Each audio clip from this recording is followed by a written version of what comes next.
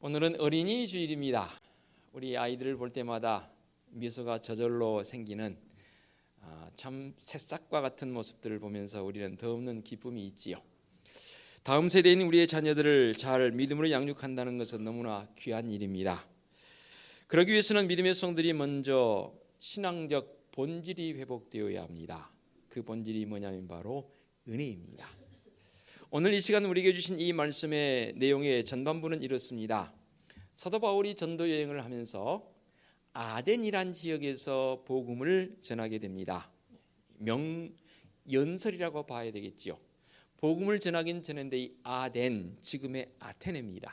저도 이곳에 가봤습니다.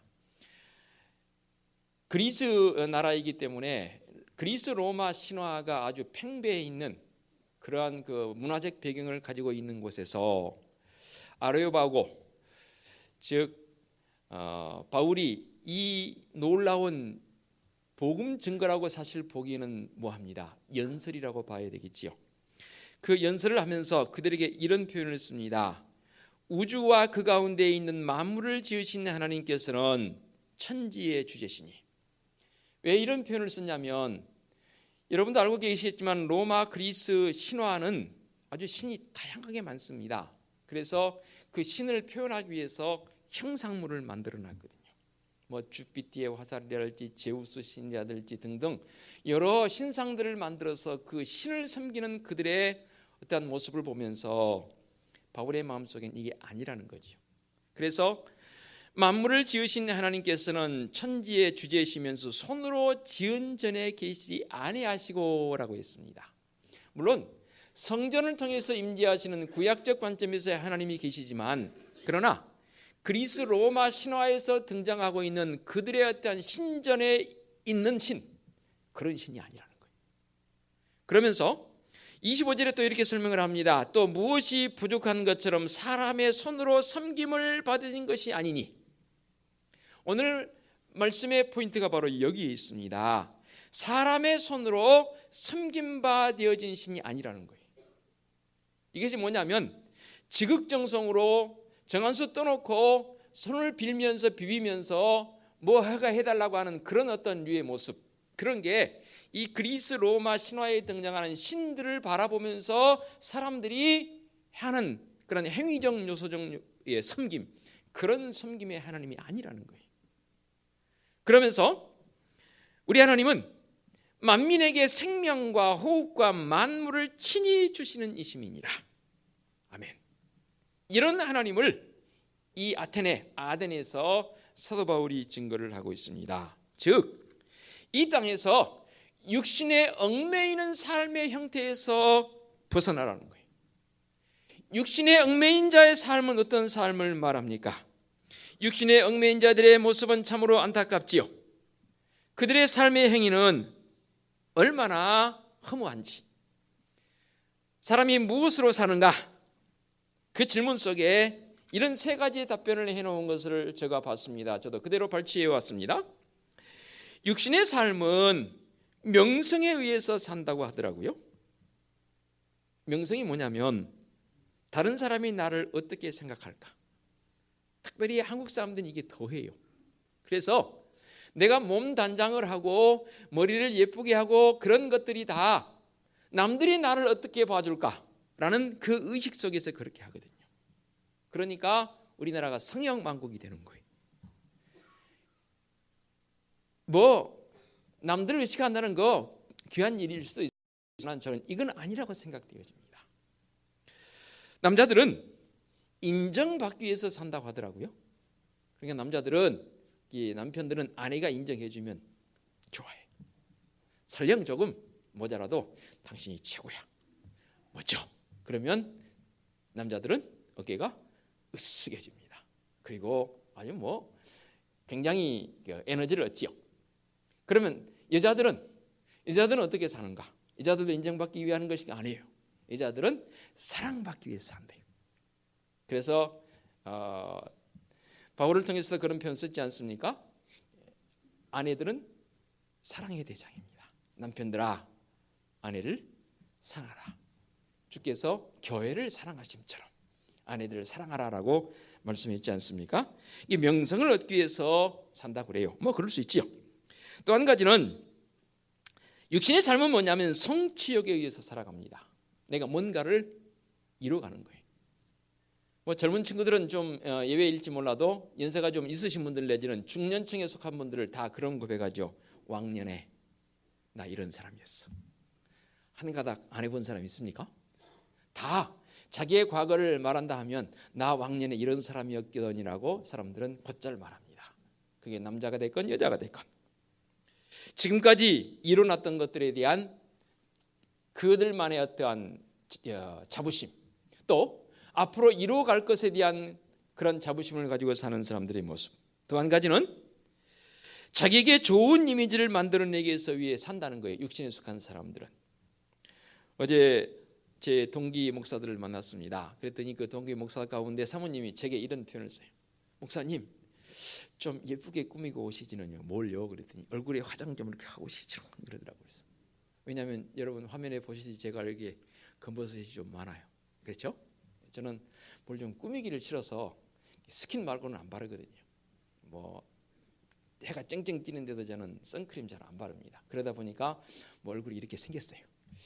저는 그래요. 보이기 위함보다 그냥 제 마음 편하고 공인이니까 좀 가꿀 건 가꾸라고요.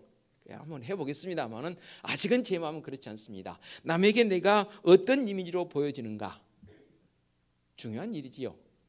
그러나 더 중요한 게 있습니다. 내가 은혜 아래에서 주님 예수 그리스도의 마음을 품고 주님 안에 내가 어떤 모습으로 살아가고 있는가, 이게 더 중요합니다. 우리에게 믿음이 없다면 제가 이렇게까지 여러분들에게 말씀드리지 않지요. 예수 그리스도를 통한 믿음을 가진 사람들의 마음, 그 마음이 더 중요합니다. 그래서 육적인 삶이 아니라 우리에게는 더 영적 깊이를 더해가는 믿음의 성도의 삶이 필요한 것이지요. 그래서 창세기 4장에 기록되어지는 어린이 주일을 맞이해서 어떠한 가정을 이루어갈 것인가에 대한 부분들을 한번 비교해서 말씀을 드리도록 하겠습니다. 창세기 4장에 보게 되면 두 가정이 등장합니다. 어느 가정이 등장하냐면 가인의 가정과 셋의 가정이 등장합니다. 가인은 누군지 알죠? 동생 아벨을 죽여버린, 아담과 하와가 에덴에서 추방되어져서 가장 첫 번째로 낳은 아들이 바로 가인이지 않습니까? 그 가인이 동생 아벨을 죽여버렸습니다. 그 아벨 대신에 하나님께서 언약의 자녀를 주시는데 셋을 주십니다. 이름이 셋입니다. 세 번째 줬다고 해서 셋이 아니고 세 번째인지 네 번째인지 열 번째인지는 모를 일이에요. 그러나 이 셋이란 이름 속에서는 또 다른 씨라라는 그런 뜻을 가지고 있습니다. 누구 대신에요? 아벨 대신에. 왜냐하면 가인의 그 계보를 통해서는 메시아가 이 땅에 태어나게 하지 않습니다. 그렇게 하실 수도 없고요. 왜냐하면 가인은 범죄한 자이기 때문에. 이 가인, 그가 죽여버린 아벨, 사실은 아벨의 이 계보에서 메시아를 탄생하려고 했는데 가인이 죽여버렸습니다. 그러니까 대신에 셋이란 또 다른 생명을 주어서 그로 말미암아 결국 메시아의 계보가 이어지는 그런 모습인데, 여기서 가인의 가정과 셋의 가정이 등장하는데 가인의 가정은 상당히 설명이 깁니다. 제가 한번 다 말씀을 다 봉독해 드릴 테니까 들어보시기 바랍니다. 창세기 4장 16절로 22절까지 말씀입니다. 가인이 여호와 앞을 떠나서 에덴 동쪽 노 땅에 거주하더니 아내와 동침함에 그가 임신하여 에녹을 낳은지라. 가인이 성을 쌓고 그의 아들의 이름으로 성을 이름하여 에녹이라 하니라. 에녹이 이랏을 낳고 이랏은 무후야엘을 낳고 무후야엘은 무드사엘을 낳고 무드사엘은 라멕을 낳았더라. 라멕이 두 아내를 맞이하였으니 하나의 이름은 아다요 하나의 이름은 실라였더라.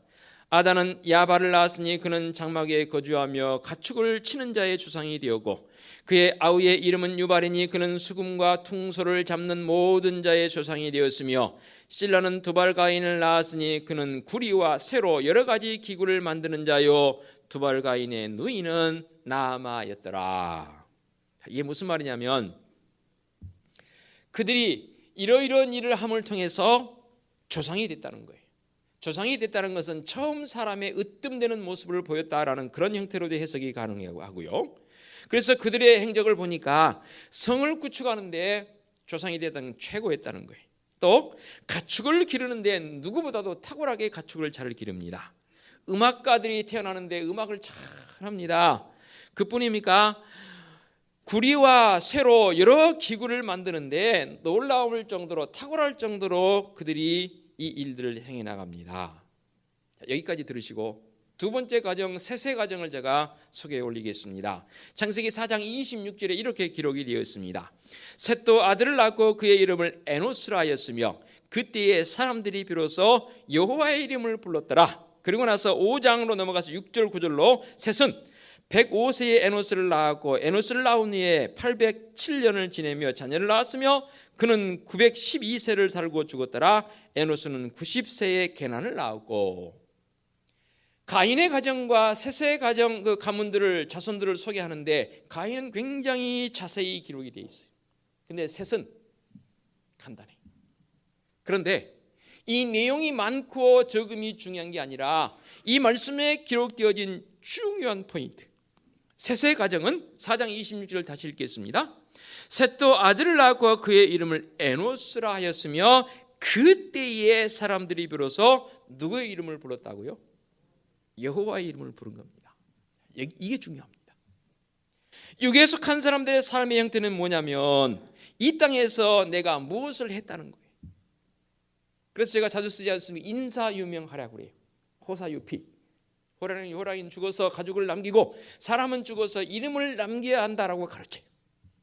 그래서 자기의 족적을 남기기 위해서 비석을 세우기도 하고 어떤 글을 남기기도 하고 그런 이 땅에서 사는 사람들의 모두적 공통점이 뭐냐면 자기의 이 족적을 남기려고 해요.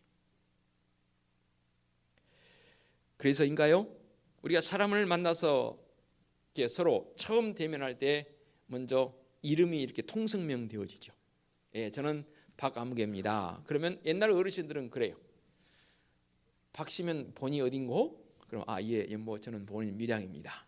그러면 뭐 몇 대 손인고 무슨 판고 묻다가 그러면 부친은 뭐 하시는 분이신고? 라고 묻습니다. 족보 조사하는 거죠.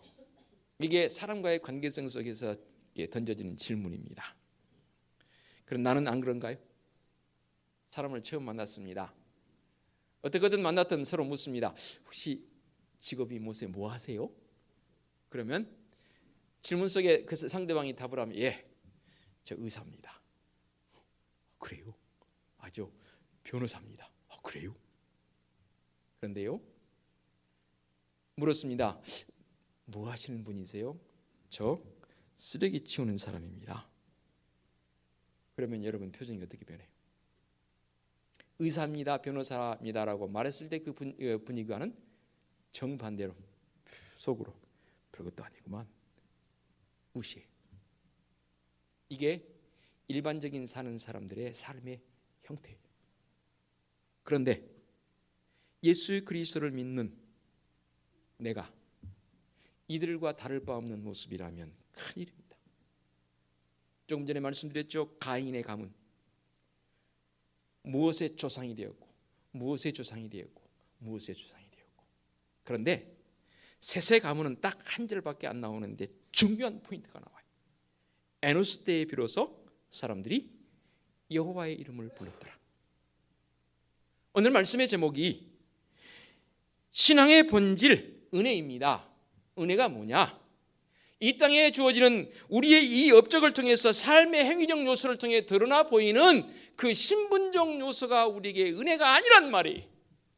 우리에게 신앙의 본질의 은혜는 뭐냐면 내가 예수 그리스도 안에 있는 내 삶의 모습, 그것에 의해서 내 가치가 판단되어야 된다, 그 말입니다. 누구에게? 하나님께. 사람들에게 판단되어진 것은 그것은 사상누각입니다. 아무리 쌓아본들 한번 파도 싹 일어나면 모래성과 같이 금방 무너져 버릴 것들입니다. 그러나 내 안에 살아계신 예수 그리스도의 마음을 품고 살아간다는 것, 내 안에 정말로 은혜를 경험한 사람이라면 주님의 마음이 내 속에 있을 때 비로소 그 사람은 진정한 은혜를 가진 자의 모습이 되겠지요. 다시 말씀드려서 육에 속한 삶, 율법적인 삶은 무엇을 강조합니까? 바로 내가 무엇을 했냐는 겁니다. 가인의 그 자손들처럼 나는 이런 사람입니다라고 자기의 행위적 업적을 통해서 드러나 보이려고 합니다. 그러나 은혜 아래 사는 사람은 예수 그리스도 안에 있는 나를 말합니다. 아니, 말하지 않아도 내 안에 주님의 모습이 있다면 사람들은 그 모습 속에서, 표정 속에서, 언어 속에서, 삶의 행위적 모습 속에서 여타의 사람들은 안디옥교회의 그리스도인이라고 칭해진 그 이유가 무엇이었습니까? 진실로 예수 그리스도를 믿는 자들이 말하지 않아도 삶의 모습에서 살아 보이니까 안 믿는 사람들이 그들 향해 호칭을 붙입니다. 야, 저들은 그리스도인이야. 내가 세상에 나가서 은혜 받은 자의 모습으로 살아갈 때에 믿지 않는 자들이 나를 향해서 그렇게 부를 것입니다. 저 사람은 진짜 그리스도인이야. 어떤 사람은 폐마할지 몰라도 존경할 마음을 가질 겁니다. 진짜 저 사람은 예수쟁이야. 내 삶 속에서 그런 소리 한번 들어보지 않았다면 이 시간 큰일입니다. 나를 점검해 봐야 합니다. 세상의 사람들은 가치를 과거 또는 현재적 삶에서 내가 무엇을 했느냐 또는 하고 있느냐에 둘지 몰라도, 그러나 우리의 신분의 가치는 오직 예수 그리스도에게 있는 줄로 믿습니다. 그러므로 은혜의 삶의 핵심은 예수 그리스도 안에서 사는 삶이어야 합니다.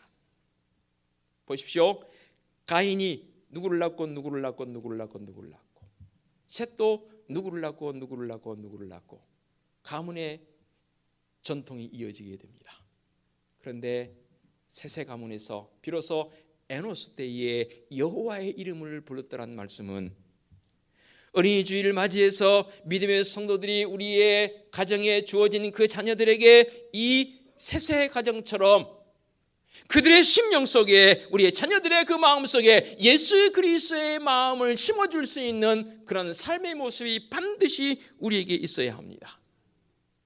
제가 들어본 바로는 가장 오래된 신앙의 가문을 제가 직접 들었는데요, 5대째 신앙을 가졌다고 그러더라고요. 5대째가 가능할까요? 우리나라에 복음이 들어온 지 얼마나 됐습니까? 겨우 130년 조금 넘었습니다. 그런데 5대째가 가능할까요? 한 세대라 하면 30년입니다. 그러면 5대째면 3, 5, 15, 150년입니다. 가능하죠. 왜냐하면 지금 가장 5대째 아이가 어린 아이일 경우 가능합니다. 신앙의 가문 이 가운데에서는 성도들 가운데는 내 당대가 1대일 수도 있어요. 혹시 그런 분들, 그렇다면 셋의 가문에서 에노스 때에 비로소 여호와의 이름을 불렀던 그 모습처럼 내 대에 여호와의 이름을 불렀다면 이 여호와의 이름을 부르는 그 부름이 끊어지면 안 됩니다. 놀라운 사실은 이 셋의 가문을 통해서 메시아가 이 땅에 태어났지 않습니까? 만일에 대가 끊겨버렸다면 과연 메시아가 이 땅에 태어났겠냐 그 말입니다. 그만큼 신앙의 계보를 잇는다는 것은 정말로 중요한 문제입니다. 신앙의 계보를 이어가려면은 가인처럼 누구누구의 어떤 그 장인의 모습을 가지고 그 가업을 잇는 것도 중요한 일이지만 신앙의 대를 이어간다는 건 너무너무 중요한 문제입니다. 그러려면 지금 내가 은혜 안에 거하는, 예수 그리스도 안에 거하는 자의 모습이어야 합니다. 주님 이렇게 말씀하십니다. 내가 아무것도 스스로 할 수 없노라. 듣는 대로 심판하느니 나는 나의 뜻대로 하지 말고 나를 보내신 이의 뜻대로 하려 함으로 내 심판은. 요한복음 5장 30절 말씀입니다. 보냄받은 자의 모습으로 오신 예수 그리스도 그분께서 내가 아무것도 스스로 할 수 없다라고 말씀하십니다. 왜냐하면 보내신 성부 하나님의 지시를 따라서 이 땅에서 해나가신다고 말씀하십니다. 또 이렇게 말씀하십니다. 요한복음 7장 16절에 예수께서 대답하여 이르시되 내 교훈은 내 것이 아니요 나를 보내신 이의 것이니라. 그러면서 쭉 넘어가서 주님께서 요한복음 20장 21절에 이렇게 말씀하십니다. 예수께서 또 이르시되 너희에게 평강이 있을지어다. 아버지께서 나를 보내신 것 같이 나도 너희를 보내노라.